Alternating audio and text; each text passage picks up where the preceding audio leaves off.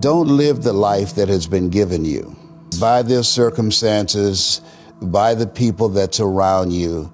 That Sidney Poitier wrote a book called The Measure of a Man. And he said, when you go for a walk with someone, something happens without being spoken. He said, either you adjust to their pace or they adjust to your pace.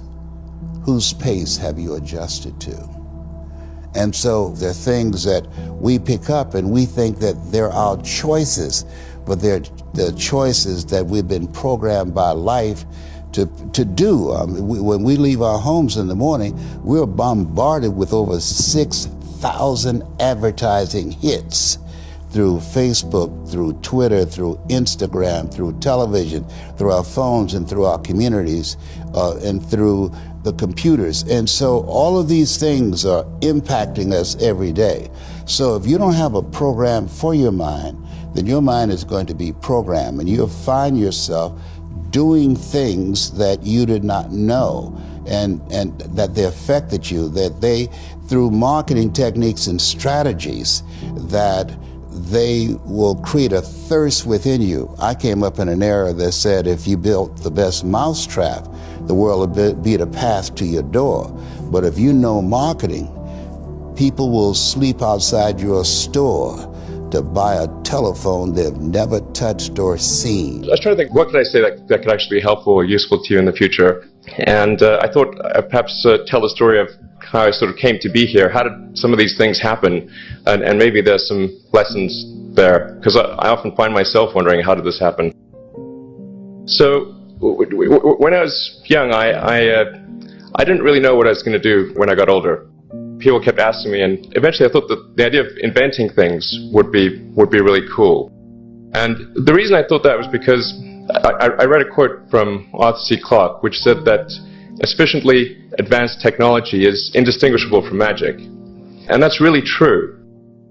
If you go back, say 300 years, the things that we take for granted today, you'd be burned at the stake for. You know, being able to fly, that's crazy. Being able to see over long distances, being able to communicate, having effectively with the internet a group mind of sorts, and having access to all the world's information instantly from almost anywhere on the earth. This is stuff that really would be magic, or would be considered magic in times past. In fact, I think it actually goes beyond that, because there are many things that we take for granted today that weren't even imagined in times past. They weren't even in the realm of magic. So it actually goes beyond that. So I thought, well, you know, if I can do some of those things, basically if I can advance technology, then that's like magic, and that would be really cool. And I also had sort of a slight existential crisis, because I was trying to figure out what does it all mean? Like, what's the purpose of things? And I came to the conclusion that if we can advance the knowledge of the world, if we can do things that expand the scope and scale of consciousness, then we're better able to ask the right questions and become more enlightened. And that's really the only way forward.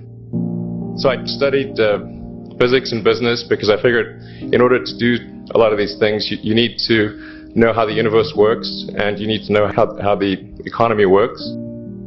And you also need to be able to bring a lot of people together to work with you to create something, because it's very difficult to do something as an individual if it's a significant technology. So I originally came out to California to try to figure out how to improve the energy density of electric vehicles, basically to try to figure out if there was an advanced capacitor that could serve as an alternative to batteries. That was in '95, and that's also when the internet started to happen. And I thought, well, I can either pursue this technology where success may not be one of the possible outcomes, which is always tricky, or participate in the internet and be part of it. So I decided to drop out. Did some internet stuff. Did a few things here and there. One of which was PayPal. And I think maybe it's helpful to say one of the things that was important then in the creation of PayPal was kind of how it started, because the initial thought was with PayPal was to create an agglomeration of financial services, so to have one place where all of your financial services needs would be seamlessly integrated and work smoothly. And then we had like a little feature which was to do email payments. And whenever we'd show the system off to someone, we'd show the hard part, which was the agglomeration of financial services, which was quite difficult to put together. Nobody was interested. Then we'd show people email payments, which was actually quite easy, and everybody was interested. So this is, I think it's important to take feedback from your environment.